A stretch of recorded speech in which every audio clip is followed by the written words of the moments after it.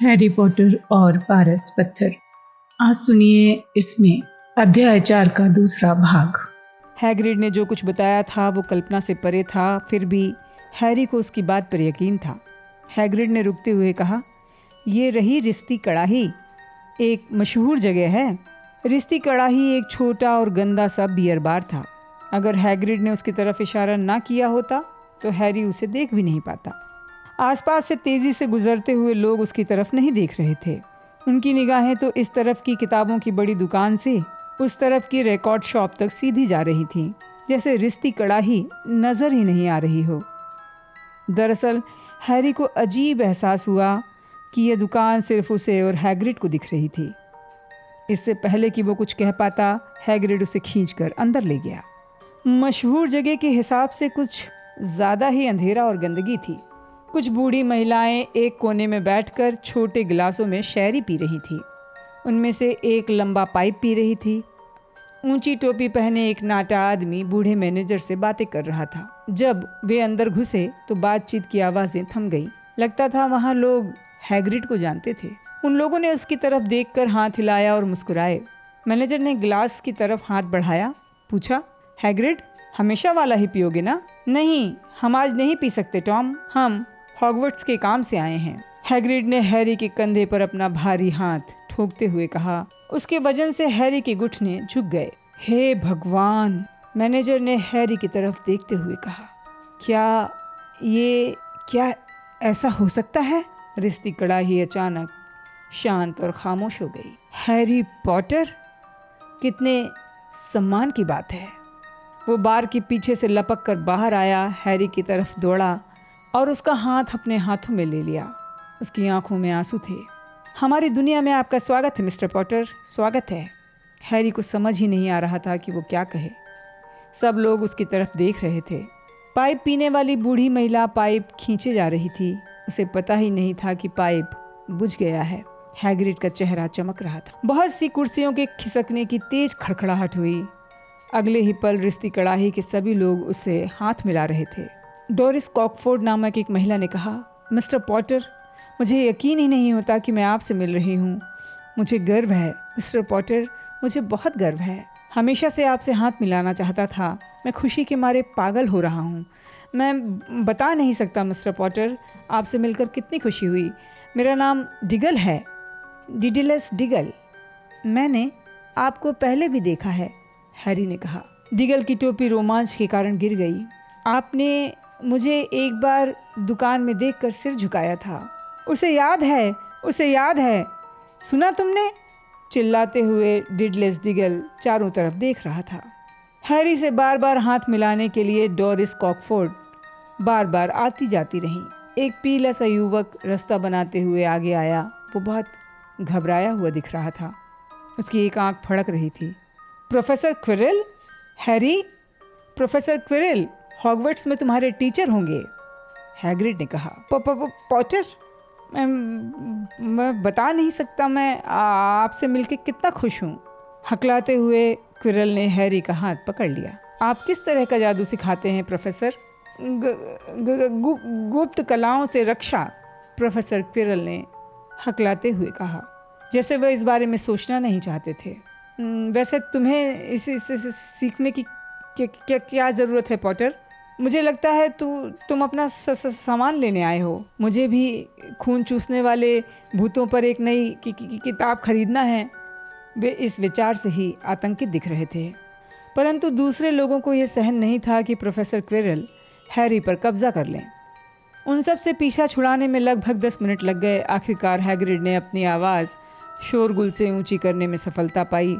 अब चलना चाहिए, बहुत सारा सामान खरीदना है, चलो हैरी। डोरिस कॉकफोर्ड ने हैरी से आखिरी बार हाथ मिलाया। हैग्रिड हैरी को लेकर अंदर चला गया। अंदर दीवारों से घिरा एक छोटा अहाता था, जहां जंगली पौधों के सिवा कुछ नहीं था। हैग्रिड ने हैरी की तरफ देखकर कहा, हमने तुमसे कहा था ना तुम बहुत मशहूर हो। यहाँ तक कि प्रोफेसर क्विरिल भी तुमसे हाथ मिलाते समय कांप रहे थे। वैसे ये जान लो, वो हमेशा कांपते ही रहते हैं। क्या वे हमेशा ही इतने घबराए रहते हैं? हाँ बेचारे, बहुत तेज़ दिमाग था उनका। जब तक वे पढ़ते रहे बिल्कुल ठीक ठाक थे।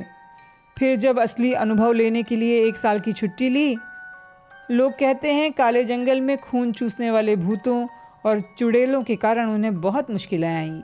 अब वो पहले जैसे नहीं रहे। ओ, हमारी छतरी कहाँ है? खून चूसने वाले भूत, चुड़ैलें? हैरी का दिमाग घूम रहा था। हैग्रिड कूड़ेदान के ऊपर वाली दीवार की ईंटें गिन रहा था। 3 ऊपर 2 बगल। वो बुदबुदाया, ठीक है, पीछे हटो हैरी। उसने अपनी छतरी की नोक से दीवार को 3 बार ठोका। जिस ईंट को छुआ वो थरथराई, कांपी। फिर बीच में एक छोटा सा छेद नजर आया जो चौड़ा होता गया। 1 सेकंड में उन्हें मेहराबदार रास्ता दिखा जो इतना बड़ा था कि हैग्रिड उसमें आराम से जा सकता था। इस मेहराबदार रास्ते के उस पार पैबंद लगी सड़क थी जो घुमावदार थी, आगे जाकर मोड़ पर गुम हो जाती थी। छूमंतर गली में तुम्हारा स्वागत है, हैग्रिड ने कहा। हैरी ने सिर घुमाकर देखा कि मेहराबदार रास्ता तत्काल एक बार फिर से ठोस दीवार में बदल गया था। सबसे पास वाली दुकान के बाहर रखी कढ़ाइयों का ढेर सूरज की रोशनी में चमक रहा था। उनके ऊपर लटके साइन बोर्ड पर लिखा था, कढ़ाइयाँ हर साइज की, तांबे, पीतल, जस्ते, चांदी, अपने आप तलने वाली, फोल्ड होने वाली। हाँ, तुम्हें इसकी ज़रूरत पड़ेगी, पर पहले तुम्हारे पैसे निकालने होंगे, हैग्रिड ने कहा। हैरी सोच रहा था, काश उसकी 8 आंखें होती। चलते समय वह हर दिशा में अपना सिर घुमा रहा था और एक साथ सब चीज़ें देखने की कोशिश कर रहा था। दुकानें, उनके बाहर रखी चीज़ें, सामान खरीदते लोग। एक अंधेरी दुकान से उल्लुओं के बोलने की धीमी धीमी आवाज़ें आ रही थीं। साइन बोर्ड पर लिखा था, आई लॉप्स उल्लू एम्पोरियम, पिंगल, घुग्घू, करेल, भूरे और सफ़ेद उल्लू। हैरी की उम्र के कई बच्चे खिड़की पर नाक गड़ाए खड़े थे जिसके अंदर जादुई झाड़ुएं रखी थी। देखो, नई निम्बस 2000, सबसे तेज झाड़ू, हैरी ने एक को कहते सुना। वहाँ कई ऐसी दुकानें थी जहाँ दुशाले, दूरबीनें, चांदी के अजीब से यंत्र और न जाने क्या क्या बिक रहा था। ग्रीन गॉट, हैग्रिड ने कहा। वो एक बर्फ जैसी सफ़ेद इमारत के पास पहुँच गए जो बाकी सब दुकानों से बहुत ऊंची थी। उसके कांसे के चमकते दरवाजे के पास लाल और सुनहरी यूनिफॉर्म पहने एक पिशाच खड़ा था। जब वे लोग सफ़ेद पत्थर की सीढ़ियाँ चढ़ते हुए दरवाजे की तरफ बढ़े तो हैग्रिड ने धीमे से कहा, ये पिशाच है। पिशाच हैरी से कुछ इंच नाटा होगा। चेहरा सांवला था और चालाक सा, दाढ़ी नुकीली थी। हैरी ने देखा उसकी उंगलियां और पैर बहुत लंबे थे। जब वे लोग अंदर घुसने लगे तो उसने सिर झुकाकर उनका अभिवादन किया। अब उनके सामने एक और दरवाज़ा था जो चांदी का था। उस पर शब्द लिखे थे, अंदर आइए अजनबी, परंतु ध्यान रखिए आप, लालच होता है महापाप। जैसा हमने कहा था, इसे लूटने की कोशिश करना पागलपन होगा, हैग्रिड ने कहा। जब वे चांदी के दरवाजे से अंदर जा रहे थे तो पिशाचों की एक जोड़ी ने उन्हें सलाम किया। वे संगमरमर के एक बड़े हाल में थे। 100 से भी अधिक पिशाच एक लंबे काउंटर के पीछे ऊंचे स्टूलों पर बैठकर मोटे मोटे लेजरों में लिख रहे थे। पीतल की तराजुओं में सिक्के तौल रहे थे। हॉल से बाहर जाने वाले दरवाजे इतने सारे थे कि उन्हें गिना नहीं जा सकता था। बहुत से पिशाच वहां पर खड़े थे और दरवाजों से आने जाने वालों की मदद कर रहे थे। हैग्रिड और हैरी काउंटर की तरफ बढ़े। गुड मॉर्निंग, हैग्रिड ने एक खाली बैठे पिशाच से कहा। हम लोग मिस्टर हैरी पॉटर की तिजोरी से पैसे निकालना चाहते हैं। आपके पास उनकी चाबी है सर? यहीं कहीं पर होगी, हैग्रिड ने कहा और फिर अपने जेब का सामान काउंटर पर खाली करने लगा। मिल गई, हैग्रिड ने कहा। पिशाच ने इसे करीब ले जाकर ध्यान से देखा। ये ठीक दिख रही थी और हम प्रोफेसर डम्बलडोर की चिट्ठी भी लाए हैं। हैग्रिड ने अपने आप को महत्वपूर्ण दिखाते हुए अपना सीना बाहर निकाल कर कहा, ये उसके बारे में है जिसे आप जानते हैं, तिजोरी नंबर 713। पिशाच ने पत्र को ध्यान से पढ़ा। बहुत अच्छा, उसने हैग्रिड को पत्र वापस किया। मैं आपके साथ किसी को भेज देता हूँ जो आपको दोनों तिजोरियों में ले जाएगा। ग्रिपहुक एक और पिशाच था। हैग्रिड ने जब कुत्ते के सभी बिस्किट एक बार फिर अपनी जेब में भर लिए तो वो और हैरी ग्रिपहुक के पीछे हॉल से बाहर जाने वाले दरवाजे की तरफ बढ़ गए। तिजोरी नंबर 713 में क्या चीज़ है जिसे आप जानते हैं? हैरी ने पूछा। तुम्हें नहीं बता सकते, एकदम खुफिया, हॉगवर्ट्स का काम है। डम्बलडोर ने हम पर भरोसा किया है। तुम्हें बताने का मतलब है अपनी नौकरी गंवाना। ग्रिपहुक ने उनके लिए दरवाज़ा खोला। हैरी उम्मीद कर रहा था कि यहाँ भी संगमरमर का फर्श होगा, परंतु उसे हैरानी हुई। वे लोग पत्थर के एक संकरे गलियारे में थे जिसमें जलती मशालों से रोशनी हो रही थी। गलियारे में नीचे की तरफ सीधी ढालान थी और फर्श पर छोटी पटरियां बिछी थी। ग्रिप हुक ने सीटी बजाई और एक छोटी सी गाड़ी पटरियों पर धड़धड़ाती हुई उनकी तरफ आ गई। वे उसमें चढ़े। हैग्रिड थोड़ी दिक्कत से चढ़ गया और वे चल दिए। पहले तो वे सिर्फ घुमावदार गलियारों के बीच भूल भुलैया में इधर उधर घूमते रहे। हैरी ने रास्ता याद करने की कोशिश की।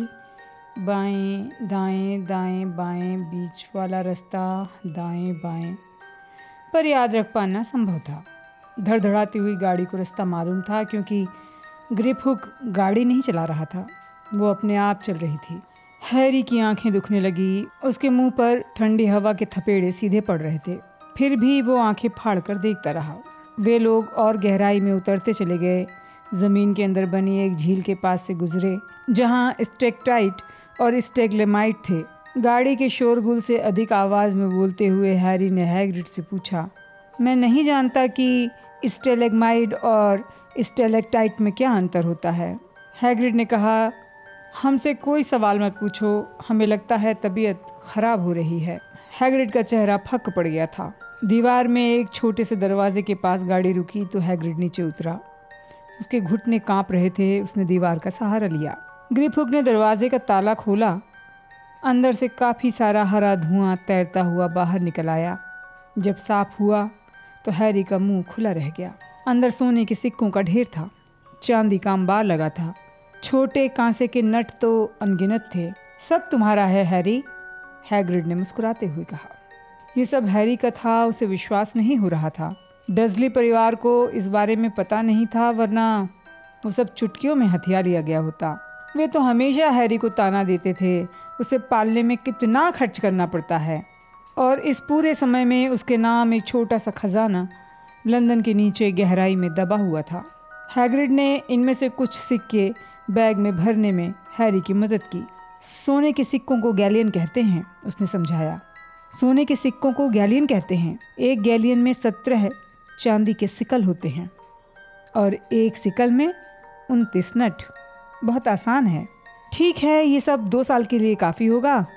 हम बाकी पैसे तुम्हारे भविष्य के लिए बचा कर रखेंगे। वो ग्रिप हुक की तरफ मुड़ा। अब तिजोरी नंबर 713। और मेहरबानी करके क्या हम थोड़ा धीमे चल सकते हैं, हैग्रिड ने कहा। गाड़ी एक ही स्पीड से चलती है, ग्रिप हुक ने उत्तर दिया। वे लोग अब और भी गहराई में जा रहे थे। गाड़ी ने रफ्तार पकड़ ली। वे सकरे मोड़ पर मुड़कर धड़धड़ाते हुए आगे जा रहे थे। हवा बहुत ठंडी हो गई थी। वे लोग अब और भी गहराई में जा रहे थे। गाड़ी ने रफ्तार पकड़ ली थी। वे सकरे मोड़ पर मुड़कर आगे बढ़े तो हवा और ठंडी हो गई। वे अंडरग्राउंड दर्रे के ऊपर से तेजी से गुजर रहे थे। हैरी ने नीचे झांक कर देखने की कोशिश की, पर हैग्रिड ने कराहते हुए उसकी गर्दन पकड़कर उसे पीछे खींच लिया। तिजोरी नंबर 713 में चाबी लगाने का कोई छेद नहीं था। पीछे खड़े रहो, ग्रिप हुक ने रोब झाड़ते हुए कहा। उसने दरवाजे को अपनी लंबी उंगली से हल्के से ठोंका और दरवाजा पिघल गया। ग्रिप हुक ने कहा, अगर ग्रीन गॉड के पिशाच के अलावा कोई ऐसा करेगा तो दरवाज़ा उसे अंदर चूस लेगा और वो अंदर फंसा रह जाएगा। आप कितने दिनों बाद ये दरवाज़ा खोलकर देखते हैं कि कोई अंदर तो नहीं है, हैरी ने पूछा। लगभग हर 10 साल बाद, ग्रिप हुक ने बहुत गंदे तरीके से मुस्कुराते हुए कहा। हैरी को विश्वास था इस भारी सुरक्षा वाली तिजोरी के अंदर कोई असाधारण चीज़ होगी। वो उत्सुकता से आगे बढ़ा। उसे उम्मीद थी कि कम से कम वहाँ बेशकीमती हीरे जवाहरात तो होंगे ही, पर पहली नज़र में उसे लगा जैसे तिजोरी खाली है। उसे फर्श पर भूरे कागज में लिपटा एक गंदा सा छोटा सा पैकेट दिखाई दिया। हैग्रिड ने उसे उठाया और कोट में रख लिया। हैरी जानने के लिए उत्सुक था कि पैकेट में क्या है, पर वो जानता था कि पूछने का कोई फायदा नहीं। चलो चलो, एक बार फिर इस बेहुदा गाड़ी में चढ़ जाओ। वापस लौटते समय हमसे बात नहीं करना। बेहतर होगा हम अपना मुंह बंद रखें, हैग्रिड ने कहा। गाड़ी की एक और भीषण यात्रा के बाद ग्रीन गॉड के बाहर सूरज की रोशनी में वो जब खड़े हुए तो आंखें चौंधिया रही थी। हैरी को समझ नहीं आ रहा था कि दौड़ लगाकर सबसे पहले कहाँ जाए, क्योंकि अब उसके पास पैसों से भरा बैग था। वो ये तो नहीं जानता था कि 1 पाउंड में कितने गैलियन होते हैं, परंतु वो इतना ज़रूर जानता था उसके पास पूरी ज़िंदगी में इतना पैसा कभी नहीं था जितना अभी उसके हाथ में है। डडली के पास जितना रहता था उससे भी बहुत ज़्यादा। अब तुम्हारी यूनिफॉर्म ले लें, हैग्रिड ने कहा और एक दुकान की तरफ देखकर सिर हिलाया जिस पर लिखा था मैडम मेल्किन के दुशाले, हर मौके के लिए। सुनो हैरी, तो हम रिश्ती कड़ाही में थोड़ी देर जाकर ताकत बटोर लें। हमें ग्रीन गॉड की गाड़ियों से नफरत है। वो थोड़ा बीमार दिख रहा था, इसलिए हैरी मैडम मेल्किन की दुकान पर अकेला अंदर गया, घबराया हुआ था। मैडम मेल्किन एक गोल मटोल मुस्कुराती हुई जादूगरनी थी जो ऊपर से नीचे तक बैगनी कपड़े पहनी थी। बेटे हॉगवर्ट्स? वो हैरी के कुछ बोलने से पहले ही बोल पड़ी। यहाँ पूरा सामान है। एक और बच्चा अभी दुशाले का नाप दे रहा है। दुकान के पिछले हिस्से में पीले नुकीले चेहरे वाला एक लड़का स्टूल पर खड़ा था, जबकि एक जादूगरनी उसके लंबे काले दुशाले में पिन लगा रही थी। मैडम मेल्किन ने उसके पास वाले स्टूल पर हैरी को खड़ा कर दिया, उसके सिर पर लंबा दुशाला डाला और सही ऊंचाई पर पिन लगाना शुरू किया। Hello Hogwarts? लड़के ने कहा। हाँ, हैरी ने जवाब दिया। मेरे डैडी बगल वाली दुकान में किताबें खरीद रहे हैं और मम्मी सड़क के आगे जादुई छड़ियाँ देख रही हैं। फिर मैं उन लोगों को खींच कर ले जाऊंगा। मुझे उड़ने वाली झाड़ू देखना है। मुझे नहीं मालूम फर्स्ट ईयर में झाड़ू रखने की इजाज़त क्यों नहीं है। मुझे लगता है मैं धमका कर डैडी को मना लूँगा कि वो मुझे एक झाड़ू दिला दें, फिर मैं उसे किसी तरह चोरी से अंदर ले जाऊँगा, लड़के ने कहा। ये सुनकर हैरी को डडली की याद आ गई। क्या तुम्हारे पास तुम्हारी झाड़ू है? लड़के ने आगे पूछा। नहीं, हैरी ने जवाब दिया। क्विडिच खेलते हो? नहीं, हैरी ने एक बार फिर कहा और वो हैरानी से सोच रहा था, ये क्विडिच क्या भला है? मैं तो खेलता हूँ। डैडी कहते हैं कि अगर मुझे मेरे हाउस की टीम में नहीं चुना गया तो ये अन्याय होगा और मुझे कहना पड़ेगा कि मैं उनकी बात से सहमत हूँ। क्या तुम्हें मालूम है कि तुम किस हाउस में जाओगे? नहीं, हैरी ने कहा और वो हर मिनट अपने आप को अधिक मूर्ख महसूस कर रहा था। वैसे तो वहाँ पहुँचने से पहले सचमुच ये कोई नहीं जानता कि वो किस हाउस में रहेगा, परंतु मैं जानता हूँ कि मैं नागशक्ति में रहूँगा। हमारा पूरा परिवार उसी में रहा है। ज़रा मेहनत कश में रहने की कल्पना करो। मुझे तो लगता है कि मैं स्कूल ही छोड़ दूँगा। और तुम? हैरी ने कहा। वो चाहता था कि कोई अधिक रोचक बात कह सके, पर मैं कहता हूँ ज़रा उस आदमी को तो देखो। लड़के ने अचानक सामने वाली खिड़की की तरफ इशारा किया। वहाँ हैग्रिड खड़ा था और वो हैरी की तरफ देखकर दांत दिखा रहा था। उसने 2 बड़ी आइसक्रीमों की तरफ इशारा किया जिससे हैरी समझ सके कि वो अंदर क्यों नहीं आ सकता। वो हैग्रिड है। हैरी को खुशी हुई कि उसे कोई तो ऐसी बात मालूम थी जो उस लड़के को नहीं मालूम थी। वो हॉगवर्ट्स में काम करता है। अच्छा, मैंने उसके बारे में सुना है। वो एक तरह से नौकर है ना? लड़के ने कहा। वो चाबियों का रखवाला है, हैरी ने कहा। गुजरने वाले हर पल के साथ हैरी उस लड़के को कम पसंद कर रहा था। हाँ, वही तो। मैंने सुना है थोड़ा जंगली किस्म का है।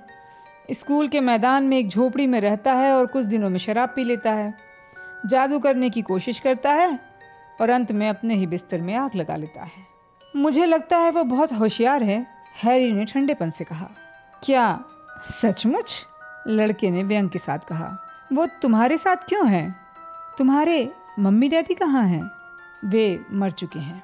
वो इस लड़के के साथ अब ज़्यादा बातें करने के मूड में नहीं था। ओह सॉरी, लड़के ने कहा, पर उसकी आवाज़ से लग नहीं रहा था कि उसे ज़रा भी अफसोस हुआ हो।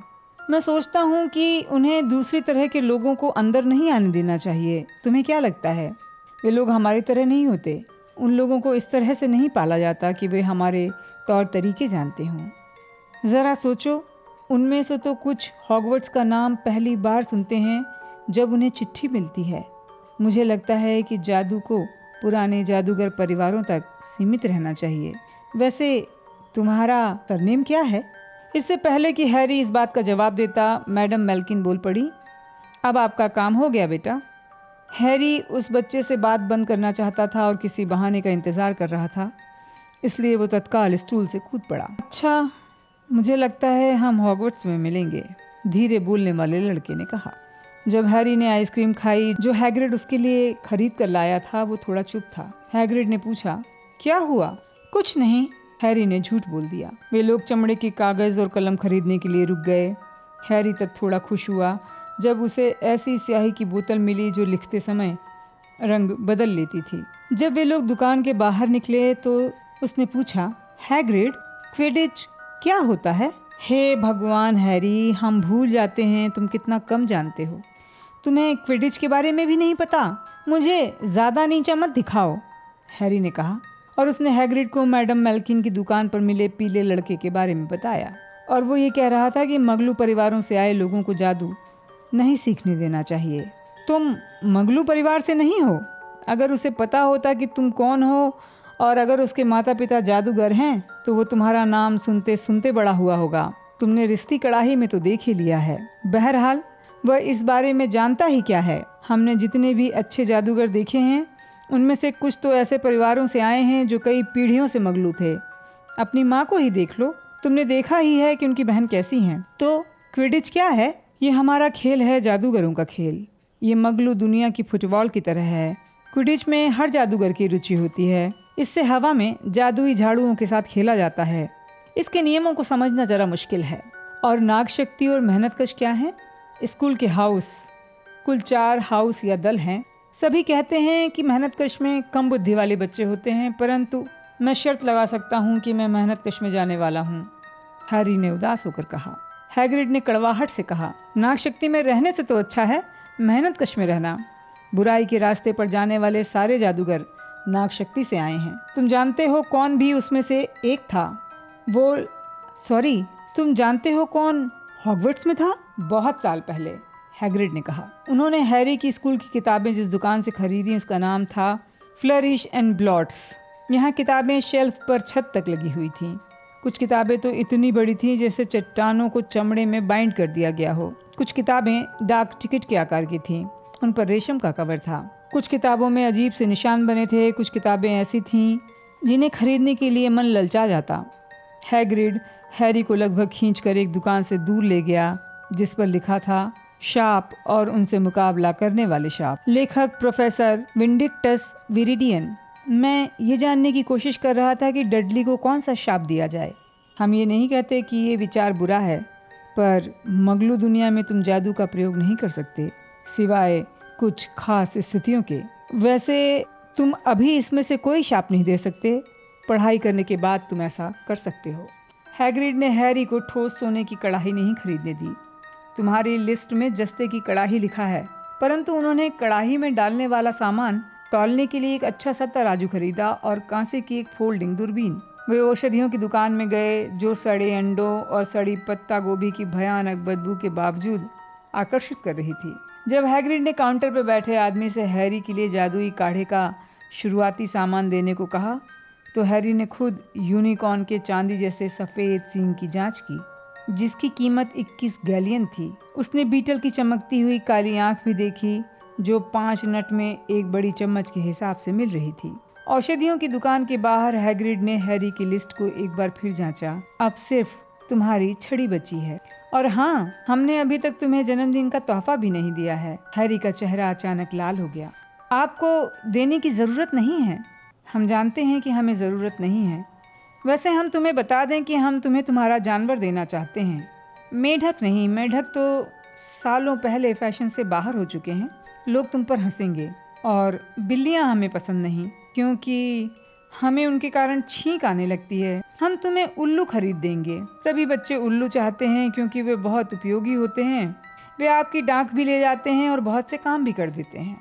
20 मिनट बाद वे लोग आई लॉप्स उल्लू एम्पोरियम के बाहर निकले जिसके अंदर अंधेरा था, रत्नों की तरह चमकती आंखें थीं और पंख फड़फड़ाने या हिलने की आवाज़ें। हैरी के हाथ में एक बड़ा सा पिंजरा था जिसमें एक सुंदर सफ़ेद उल्लू था जो अपने पंख के नीचे अपना सिर छुपाकर गहरी नींद में सो रही थी। हैरी ने हकलाते हुए धन्यवाद देने की कोशिश की। उसकी आवाज़ प्रोफेसर क्विरिल जैसी लग रही थी। धन्यवाद देने की कोई ज़रूरत नहीं है। ये उम्मीद मत करो कि तुम्हें डर्सली परिवार से बहुत से तोहफे मिलेंगे। अब सिर्फ ओलिवेंडर्स का काम बचा है। ओलिवेंडर्स छड़ियों की इकलौती दुकान है और तुम्हें बेहतरीन छड़ी की ज़रूरत है। जादुई छड़ी। सच तो ये था कि हैरी इसके लिए बहुत उत्सुक था। आखिरी दुकान संकरी सी और गंदी थी। दरवाजे पर उखड़े सुनहरे अक्षरों में लिखा था ओलिवेंडर्स, बेहतरीन छड़ियों के निर्माता, 382 ईसा पूर्व से। धूल से भरी खिड़कियों में रंग उड़ी जामुनी गद्दी पर एक छड़ी रखी थी। जब वे अंदर घुसे तो दुकान के भीतर कहीं एक घंटी बजी। ये एक छोटी सी जगह थी जिसमें सिर्फ एक टूटी टांग वाली कुर्सी के सिवा कुछ नहीं था, जिस पर बैठकर हैग्रिड इंतजार करने लगा। हैरी को बहुत अजीब लग रहा था, जैसे वो किसी बहुत सख्त नियम वाली लाइब्रेरी में घुस आया हो। उसने बहुत से नए सवाल निगले जो उसके मन में अभी अभी आए थे, और उसने हजारों सकरे बक्सों को देखा जो करीने से छत तक जमे हुए थे। न जाने क्यों उसे ऐसे लगा जैसे गर्दन के पिछले हिस्से में कुछ चुभ रहा है। यहाँ की धूल और खामोशी में जैसे रहस्यमय जादू भरा था। गुड आफ्टरनून, एक धीमी सी आवाज आई। हैरी उछल पड़ा। हैग्रिड भी उछल पड़ा होगा, क्योंकि एक तेज चरमराहट के साथ वो टूटी हुई कुर्सी से हड़बड़ाकर उठ गया। उनके सामने एक बूढ़ा आदमी था जिसकी चौड़ी पीली आंखें दुकान के अंधेरे में चंद्रमा की तरह चमक रही थीं। हेलो, हैरी ने अजीब तरीके से कहा। अरे हाँ, आदमी ने कहा। हाँ, मुझे यकीन था आपसे बहुत जल्दी मुलाकात होगी हैरी पॉटर। आपकी आंखें बिल्कुल आपकी माँ जैसी हैं। अभी कल की ही बात लगती है जब उन्होंने यहाँ से अपनी पहली छड़ी खरीदी थी। 10.25 इंच की सरसराती विलो लकड़ी से बनी, सम्मोहन के लिए बहुत अच्छी छड़ी थी। मिस्टर ओलिवेंडर हैरी के करीब आ गए। हैरी चाहता था कि वो पलक झपकाए, लेकिन उनकी चांदी जैसी आंखें थोड़ी डरावनी थीं। दूसरी तरफ तुम्हारे डैडी को महोगनी की लकड़ी की छड़ी पसंद आई थी, 11 इंच, लचीली, थोड़ी ज्यादा ताकतवर और रूप परिवर्तन के लिए आदर्श। पर मैंने क्या कहा, तुम्हारे पिता को ये पसंद आई थी। सच तो ये है कि हर छड़ी अपना मालिक खुद चुनती है। मिस्टर ओलिवेंडर इतने करीब आ चुके थे कि उनकी नाक हैरी की नाक से लगभग टकरा रही थी। हैरी को उनकी कोहरेदार आंखों में अपना प्रतिबिंब दिख रहा था। और यहाँ पर मिस्टर ओलिवेंडर ने अपनी लंबी सफ़ेद उंगली से हैरी के माथे के बिजली जैसे निशान को छुआ। मुझे कहते हुए अफसोस है कि मैंने वह छड़ी भी भेजी थी जिसने ये काम किया। उसने धीमे से कहा, 13.5 इंच सदाबहार की लकड़ी। उस छड़ी में ताकत थी, बहुत ज़्यादा ताकत थी, और गलत हाथों में। अगर मुझे पता होता कि वह छड़ी दुनिया में इतनी गड़बड़ करेगी। उन्होंने अपना सिर हिलाया और तभी हैग्रिड दिख गया। हैरी ने राहत की सांस ली। रूबियस हैग्रिड, आपसे मिलकर बहुत खुशी हुई। बलूत की लकड़ी 16 इंच, थोड़ी झुकी हुई है ना? हाँ सर, हाँ, हैग्रिड ने कहा। छड़ी अच्छी थी, पर मुझे लगता है कि जब आपको स्कूल से निकाला गया होगा तो उन्होंने वो छड़ी तोड़ दी होगी। मिस्टर ओलिवेंडर ने थोड़ी कड़कती आवाज में कहा। जी हाँ, उन्होंने उसे तोड़ डाला, पर हमारे पास अब भी उसके टुकड़े पड़े हुए हैं। उसने थोड़े उत्साह से अपनी बात में आगे जोड़ा। परंतु आप उनका इस्तेमाल तो नहीं करते? ओलिवेंडर ने तीखी आवाज में कहा। अरे नहीं सर, हैग्रिड ने हड़बड़ाहट में जवाब दिया। हैरी ने देखा, बोलते समय उसने अपनी गुलाबी छतरी कसकर पकड़ ली। फिर ठीक है, मिस्टर ओलिवेंडर ने हैग्रिड को पैनी निगाह से घूरते हुए कहा। चलिए मिस्टर पॉटर, अब मुझे देखने दें। उन्होंने अपनी जेब से एक लंबा टेप निकाला जिस पर चांदी जैसे निशान बने थे। आपकी छड़ी वाली बाह कौन सी है? मैं राइट हैंडर हूँ, हैरी ने कहा। अपनी बाह सामने की तरफ करें। उन्होंने हैरी का नाप लिया, कंधे से उंगली तक, फिर कलाई से कोहनी तक, कंधे से फर्श तक, घुटने से कांख तक और सिर के चारों तरफ। नाप लेते हुए बोले, एलिवेंडर की हर छड़ी में एक शक्तिशाली जादुई पदार्थ होता है मिस्टर पॉटर। हम यूनिकॉर्न के बालों, माया पंछी के पूंछ के पंखों और ड्रैगन के दिल के रेशों का इस्तेमाल करते हैं। ओलिवेंडर की 2 छड़ियाँ एक जैसी नहीं होती, ठीक उसी तरह जिस तरह 2 यूनिकॉर्न, ड्रैगन या माया पंछी एक जैसे नहीं होते। जाहिर है, इसी कारण किसी दूसरे जादूगर की छड़ी से आपको उतने अच्छे परिणाम नहीं मिल सकते। हैरी ने अचानक महसूस किया कि टेप जो उसके नथुनों को नाप ले रहा था अपने आप ऐसा कर रहा था। मिस्टर ओलिवेंडर शेल्फों के बीच में घूम रहे थे और छड़ियों के बक्से निकाल कर नीचे रख रहे थे। बस काफ़ी है, उन्होंने कहा, और टेप फर्श पर गुड़ी मुड़ी होकर गिर गया। तो मिस्टर पॉटर, इसे आजमा कर देखें। बीचवुड और ड्रैगन के दिल का रेशा 9 इंच, सुंदर और लचीली। बस इसे हाथ में पकड़ें और हवा में घुमाएं। हैरी ने छड़ी ली, थोड़ा मूर्ख अनुभव करते हुए इसे ज़रा लहराया ही था कि तभी मिस्टर ओलिवेंडर ने उसके हाथ से छड़ी छीन ली। मेपल की लकड़ी और माया पंछी का पंख, 7 इंच, बहुत लचीली। इसे घुमा कर देखें। हैरी ने कोशिश की, परंतु उसने छड़ी उठाई ही थी कि तभी मिस्टर ओलिवेंडर ने उसके हाथ से वो छड़ी भी छीन ली। नहीं, अब इसे देखिए, तेंदू की लकड़ी और यूनिकॉर्न के बाल, 8.5 इंच लचकदार। चलिए चलिए, अब घुमाइए इसे। हैरी ने छड़ी घुमाई और एक के बाद एक छड़ियां घुमाता रहा। उसे पता नहीं था कि मिस्टर ओलिवेंडर किस चीज का इंतजार कर रहे हैं। टूटी टांग वाली कुर्सी पर छड़ियों का ढेर ऊंचा होता जा रहा था, परंतु मिस्टर ओलिवेंडर शेल्फ से जितनी ज्यादा छड़ियां निकाल रहे थे वो उतने ज्यादा खुश हो रहे थे। मुश्किल ग्राहक, ऐसा क्या? कोई बात नहीं, हमें यहीं कहीं आदर्श तालमेल मिलेगा। मुझे लगता है शायद ये, हाँ क्यों नहीं, असामान्य तालमेल। शूल पड़ने की लकड़ी और माया पंछी का पंख, 11 इंच, सुंदर और लचीली। हैरी ने छड़ी हाथ में ले ली। छड़ी पकड़ते ही हैरी को लगा जैसे उसकी उंगलियां गर्म हो गई हैं। उसने छड़ी को अपने सिर के ऊपर उठाया और धूल भरी हवा में नीचे की तरफ झटके से लेके आया। छड़ी के सिरे से किसी आतिशबाजी की तरह लाल और सुनहरी चिंगारियां निकली और दीवारों पर रोशनी नाचती हुई दिखाई दी। शाबाश, हाँ सचमुच बहुत बढ़िया। पर अजीब बात है, बड़ी अजीब बात। उन्होंने हैरी के छड़ी को बक्से में रखकर उसे भूरे कागज में लपेटा। वे अभी भी बुदबुदा रहे थे। अजीब बात है, अजीब बात। माफ कीजिए, क्या अजीब है? मिस्टर ओलिवेंडर ने अपनी पीली निगाह से हैरी को घूरा। मुझे हर वो छड़ी याद है मिस्टर पॉटर जो मैंने बेची है, हर छड़ी। बात यह है कि उस माया पंछी ने, जिसकी पूंछ का पंख आपकी छड़ी में है, एक और पंख दिया था, सिर्फ एक और। अजीब बात यह है कि यह छड़ी आपको जची है, जबकि इसी की जोड़ीदार ने, हाँ इसी की जोड़ीदार ने आपको ये निशान दिया था। हैरी ने थूक निगल लिया। हाँ, 13.5 इंच सदाबहार की लकड़ी। अजीब बात है, दुनिया में कैसे विचित्र संयोग होते हैं। ध्यान रहे, हर छड़ी अपना मालिक खुद चुनती है। मुझे लगता है आगे चलकर आप जरूर महान काम करेंगे मिस्टर पॉटर, क्योंकि उसने भी, जिसका हम नाम नहीं ले सकते, बहुत बड़े काम किए थे। भयानक, हाँ पर बड़े। हैरी कांप गया। वो यकीन से कह सकता था कि उसे मिस्टर ओलिवेंडर कोई खास पसंद नहीं आए। उसने सोने के 7 गैलियन देकर छड़ी की कीमत चुकाई और दुकान के बाहर निकलते समय ओलिवेंडर ने झुककर उनका अभिवादन किया। जब हैरी और हैग्रिड छूमंतर गली से वापस लौट रहे थे तो शाम का सूरज आसमान के नीचे की तरफ आ चुका था। वे लोग दीवार और खाली हो चुकी रिश्ती कढ़ाई से होते हुए बाहर आए। सड़क पर चल रहे थे तो हैरी कुछ नहीं बोला। उसने ये भी नहीं देखा कि अंडरग्राउंड में बहुत सारे लोग आश्चर्य से उनकी तरफ देख रहे हैं, क्योंकि उनके पास अजीब आकार के बहुत से पैकेट थे और हैरी की गोद में सफ़ेद उल्लू सो रही थी। ऑटोमेटिक सीढ़ी पर चढ़ के वे लोग पेंडिंगटन स्टेशन पर पहुंच गए। जब हैग्रिड ने उसके कंधे को थपथपाया तब जाकर हैरी को एहसास हुआ कि वे कहाँ थे। तुम्हारी ट्रेन छूटने से पहले इतना समय है कि थोड़ा सा कुछ खा लिया जाए। वो हैरी के लिए एक हैमबर्गर खरीद लाया था। प्लास्टिक की कुर्सियों पर बैठकर खाने लगे। हैरी ने चारों तरफ देखा, न जाने क्यों सब कुछ बहुत अजीब लग रहा था। तुम ठीक तो हो हैरी? तुम बहुत चुप हो। हैरी को विश्वास नहीं था कि वो शब्दों में समझा सकता है। उसने अपने जीवन का सबसे अच्छा बर्थडे मनाया था। इसके बाद भी वो अपना हैमबर्गर कुतर रहा था और शब्द ढूंढने की कोशिश कर रहा था। उसने अंत में कहा, सब समझते हैं मैं खास हूँ, रिश्ती कड़ाही में बैठे लोग, प्रोफेसर क्विरिल, मिस्टर ओलिवेंडर, परंतु मैं जादू के बारे में कुछ नहीं जानता। वे मुझसे महान काम करने की उम्मीद कैसे कर सकते हैं? मैं मशहूर हूँ, जबकि मैं ये भी नहीं जानता कि मैं किस लिए मशहूर हूँ। मैं नहीं जानता कि क्या हुआ जब माफ़ कीजिए, मेरा मतलब उस रात जब मेरे मम्मी डैडी की मौत हुई। हैग्रिड टेबल पर आगे झुका।